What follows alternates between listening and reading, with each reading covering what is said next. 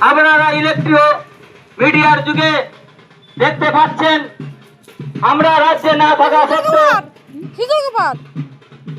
কিভাবে প্রধানমন্ত্রী নরেন্দ্র দামোদর দাস মোদী একে একে জনসভা থেকে বিভিন্ন প্রকল্পের শিলান্যাস করছে এবং শুধু শিলান্যাসই নয়, মেট্রো ট্রেন সেই রকমই আমাদের প্রধানমন্ত্রী